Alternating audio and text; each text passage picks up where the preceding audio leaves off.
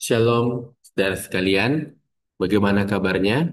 Saya berharap keadaan saudara sekalian dalam keadaan sehat dan senantiasa disertai oleh Tuhan kita, Yesus Kristus.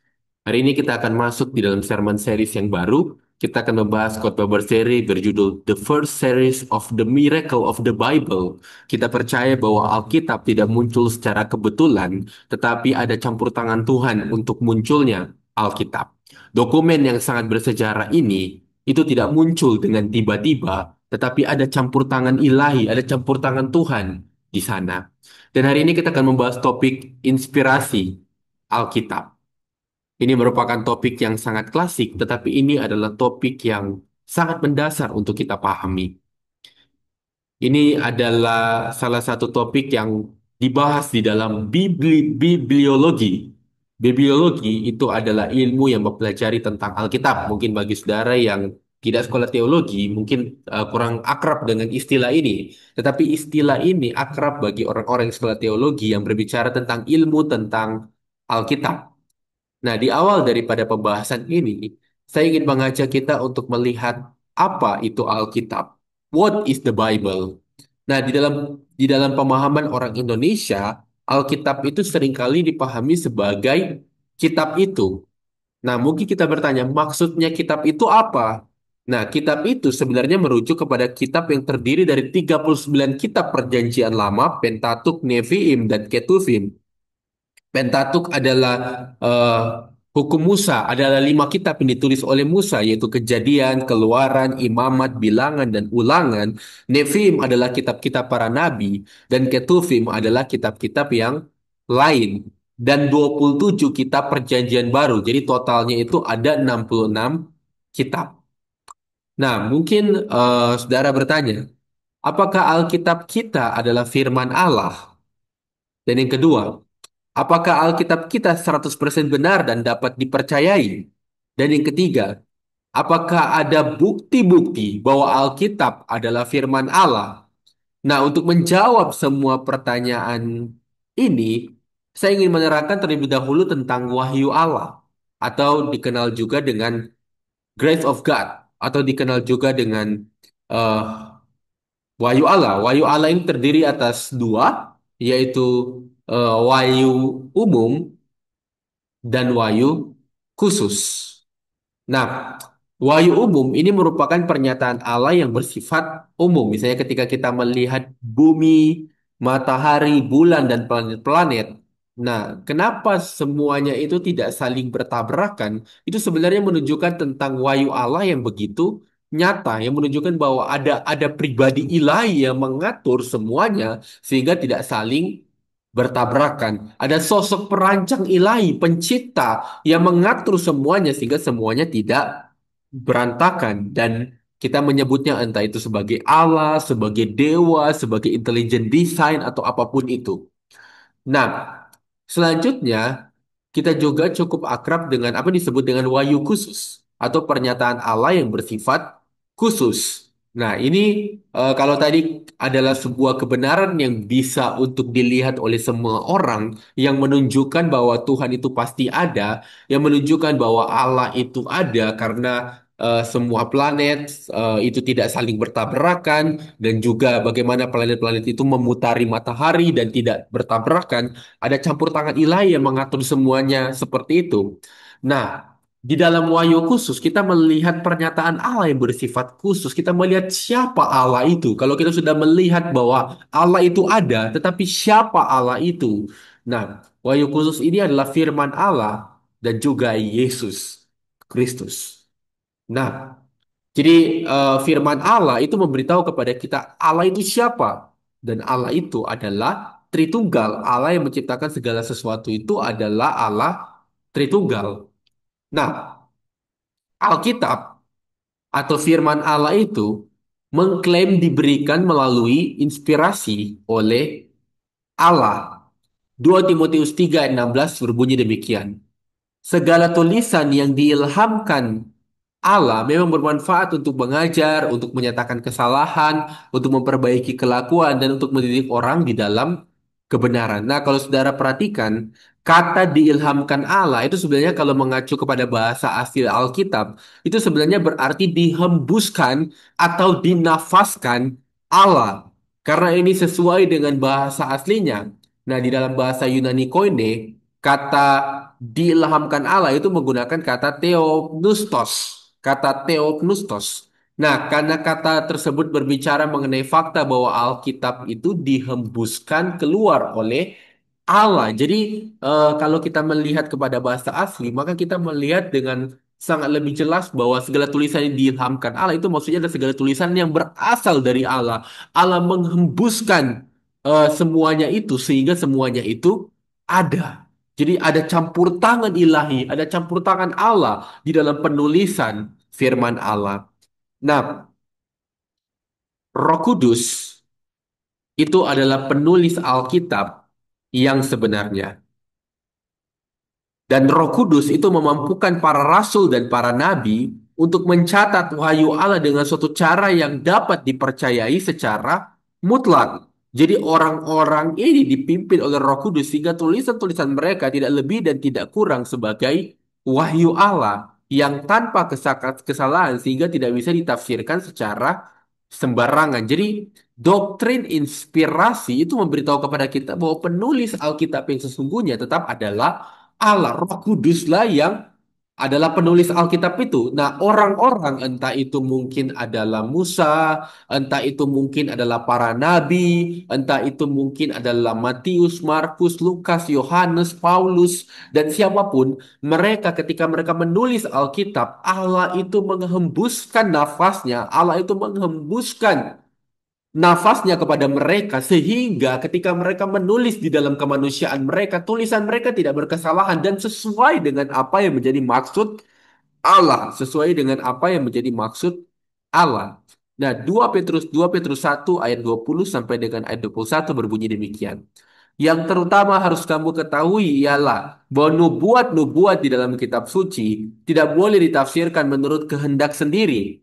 Sebab tidak pernah nubuat dihasilkan oleh kehendak manusia. Tetapi oleh dorongan Roh Kudus, orang-orang berbicara atas nama Allah.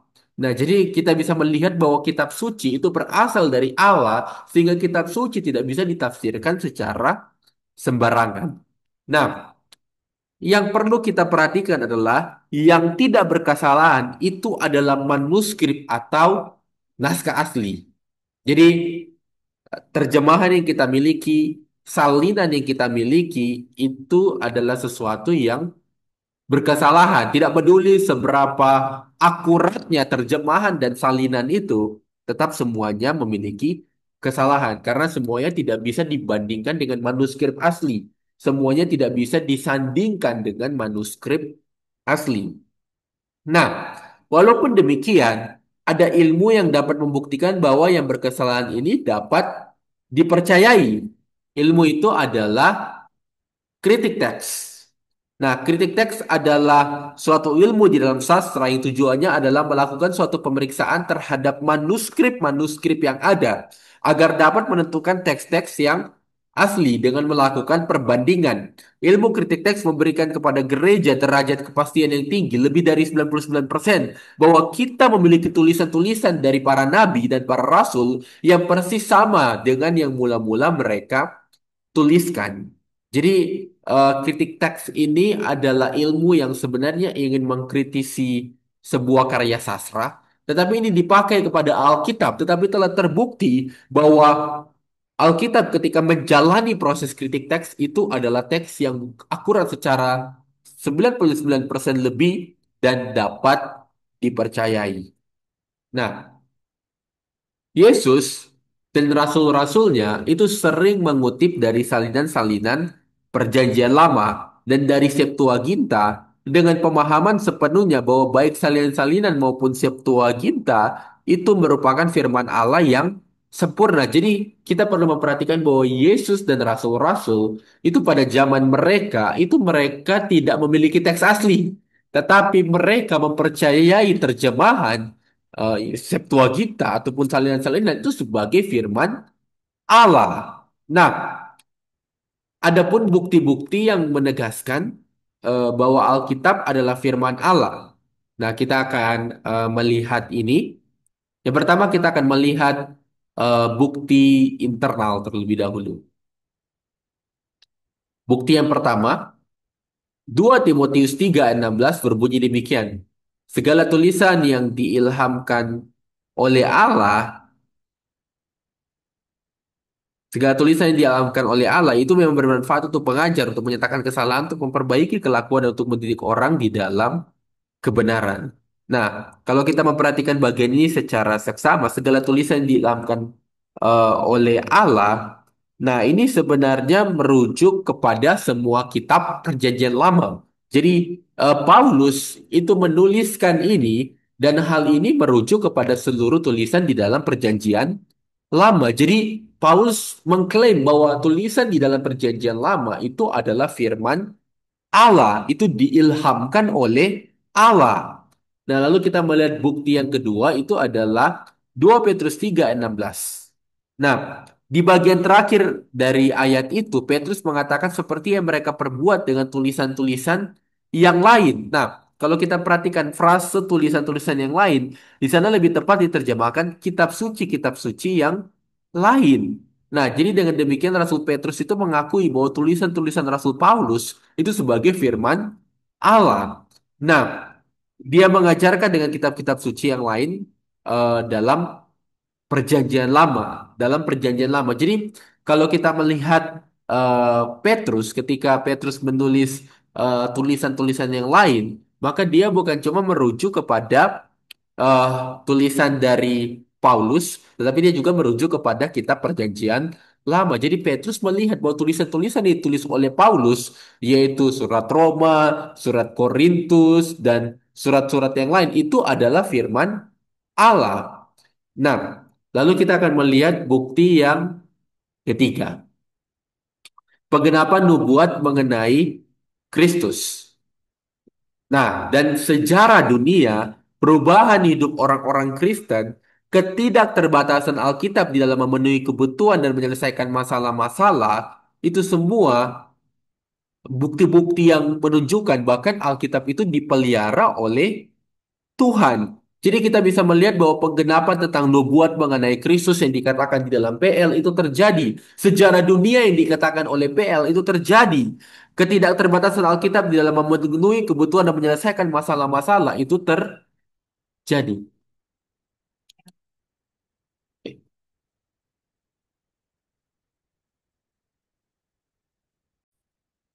Oke.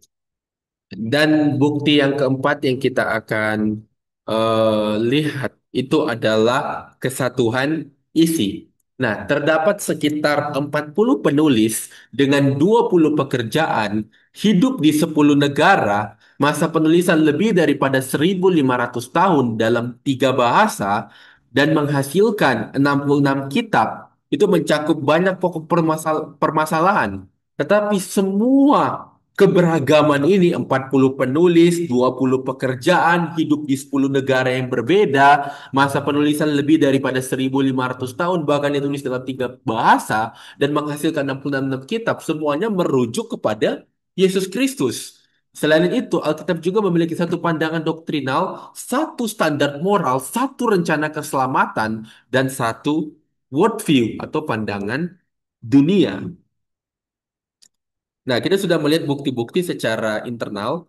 Saya mengajak kita untuk melihat bukti-bukti secara eksternal.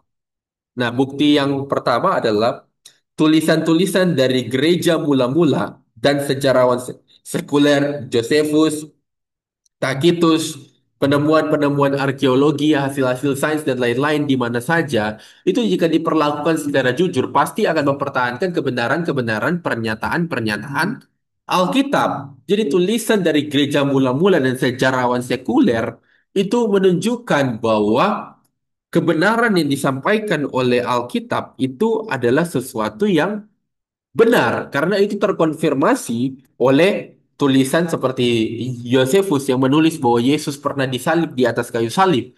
Nah, tulisan dari Josephus itu sebenarnya ingin mempermalukan kekristenan. Tetapi kita di zaman sekarang justru melihat tulisan itu sebagai bukti bahwa Yesus betul-betul pernah Ada tulisan dari Tacitus yang menyatakan tentang apa yang dilakukan oleh Pontius Pilatus kepada Yesus.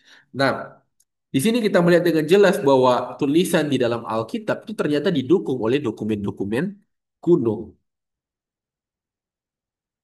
Nah, kita sudah melihat pandangan internal dan eksternal tentang keberadaan Alkitab. Sekarang saya mengajak kita untuk melihat pandangan yang non-ortodoks. Nah, ajaran atau disiplin yang tidak Alkitabiah yang berpresuposisi bahwa Alkitab tidak sempurna dan berjalan sesuai dengan preposisi tersebut. Jadi, pandangan non-ortodoks ini adalah ajaran atau disiplin yang tidak Alkitabiah yang memiliki asumsi bahwa Alkitab tidak sempurna dan berjalan sesuai dengan presuposisi tersebut. Nah, kita akan melihat pandangan yang pertama itu adalah pandangan liberal. Nah, satu-satunya aspek yang penting dari Alkitab itu adalah beritanya. Pandangan ini berusaha mencari kebenaran yang terkandung di dalam Alkitab.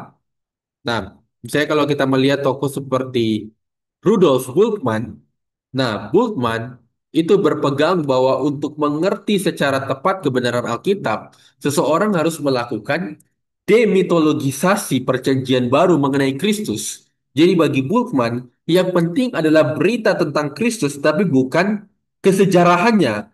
Apakah peristiwa kelahiran melalui anak darah atau peristiwa kebangkitan benar-benar terjadi atau tidak, tidaklah penting. Bagi hermeneutika baru, ini pesan yang digambarkan diklaim penting. Jadi Bultmann itu melihat bahwa Alkitab itu dengan segala cerita yang sangat luar biasa, dengan segala mujizat yang sangat luar biasa, yang paling penting bukan semua fakta itu, tetapi kebenaran moral, kebenaran yang moral yang mau disampaikan oleh Alkitab itu. Jadi kita seperti memisahkan antara mitologi dengan nilai-nilai yang bisa kita ambil. Kita memisahkan antara di mitologi dengan kebenaran-kebenaran moral yang bisa kita ambil. Nah, tokoh lainnya yang liberal itu adalah Bart Ehrman. Nah, Bart Ehrman ini adalah seorang pakar kritik teks dan salah satu murid terbaik dari Bruce Metzger dari Princeton Theological Seminary.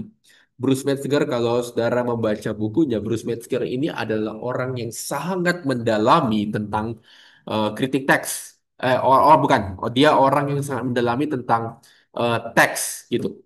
Ya betul, dia juga seorang pakar di dalam kritik teks, tapi dia dia adalah orang Injili dan dia adalah orang yang sangat mendukung bahwa Alkitab adalah firman Allah. Nah, walaupun Bart Ehrman adalah murid dari Bruce Metzger, bahkan menurut informasi yang saya dapatkan bahwa Bart Ehrman itu adalah murid terbaik dari Bruce Metzger. Nah, Bart Ehrman menolak mempercayai bahwa Alkitab 100% tidak berkesalahan. Dan eh, Bart Ehrman sendiri percaya bahwa Yesus betul-betul ada di dalam dunia dan pernah mati di kayu salib, tetapi menolak tentang kebangkitan Kristus. Bart Ehrman harus mengakui bahwa Yesus pernah ada dan dia pernah mati di salib, tetapi dia menolak tentang kebangkitan Kristus, tentang ketuhanan keilahian Kristus ditolak oleh Ehrman. C.S. Lewis di dalam buku Mere Christianity, C.S. Lewis mengalami kebingungan ketika bertemu dengan orang-orang yang menolak Yesus sebagai Tuhan, tetapi menerima Yesus sebagai guru moral. Nah, jadi C.S. Lewis sendiri itu bingung. Misalnya kalau kita melihat ada tokoh yang nama Mahatma Gandhi yang sangat terkenal yang mengatakan bahwa dia kagum dengan Yesus, tetapi dia tidak memutuskan untuk percaya kepada Yesus karena dia hanya sekedar ingin meneladani Yesus. Tetapi dia tidak ingin menjadi orang Kristen karena orang-orang Kristen yang ditemui itu menjadi batu sandungan. Nah, kalau kita melihat Yesus sebagai guru moral saja dan mengabaikan tentang sisi-sisi keilahiannya, maka sebenarnya kita itu tidak betul-betul mempercayai Yesus. Karena bagaimana kita melihat sebuah cerita dan kita ingin mengambil nilai-nilai moral, sedangkan kita sendiri tidak percaya akan cerita itu. Bagaimana kita bisa mengambil nilai-nilai moral di dalam cerita itu, sedangkan kita sendiri tidak mengakui bahwa cerita itu adalah sebuah fakta. Nah, kita akan melihat pandangan yang selanjutnya. Itu adalah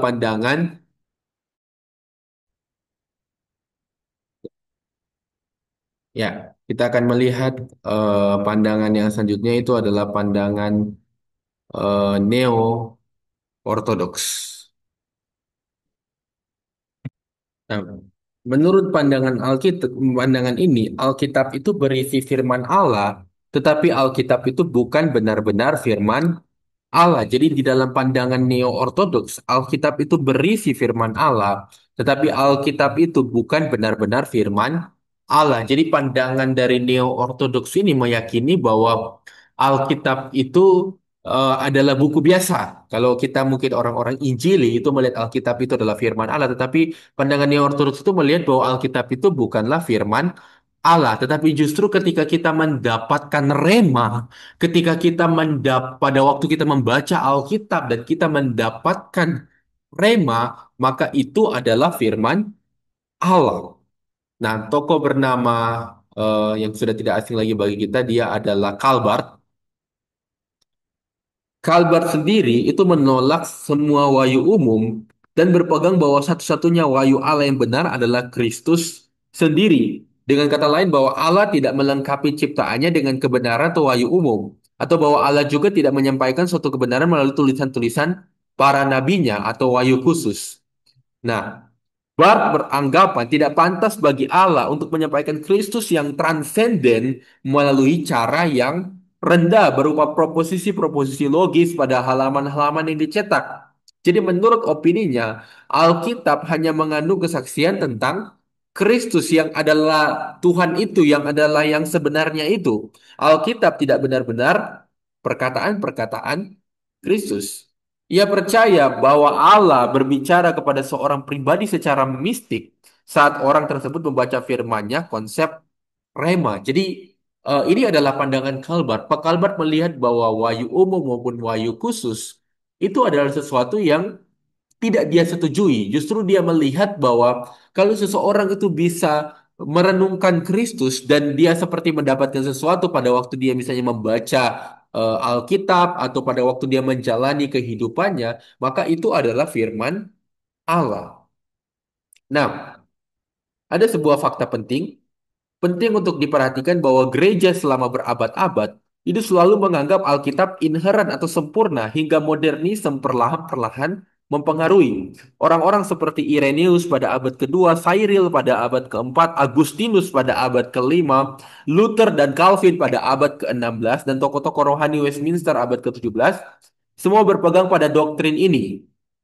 Jadi mereka semua berpegang bahwa Alkitab itu tidak berkesalahan dan tidak menjadi sebuah masalah. Jadi sebenarnya isu tentang pemahaman-pemahaman yang liberal, pemahaman-pemahaman yang neo-ortodoks itu adalah sesuatu yang muncul kemudian.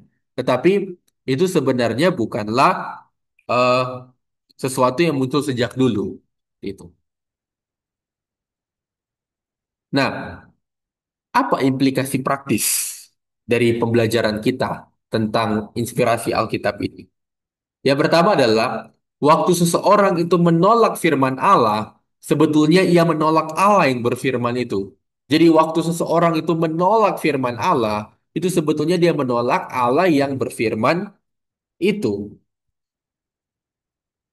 Dan kita menjadi mengerti bahwa ternyata semua yang kita pelajari setiap kali ibadah itu adalah berasal dari sumber yang sangat terpercaya.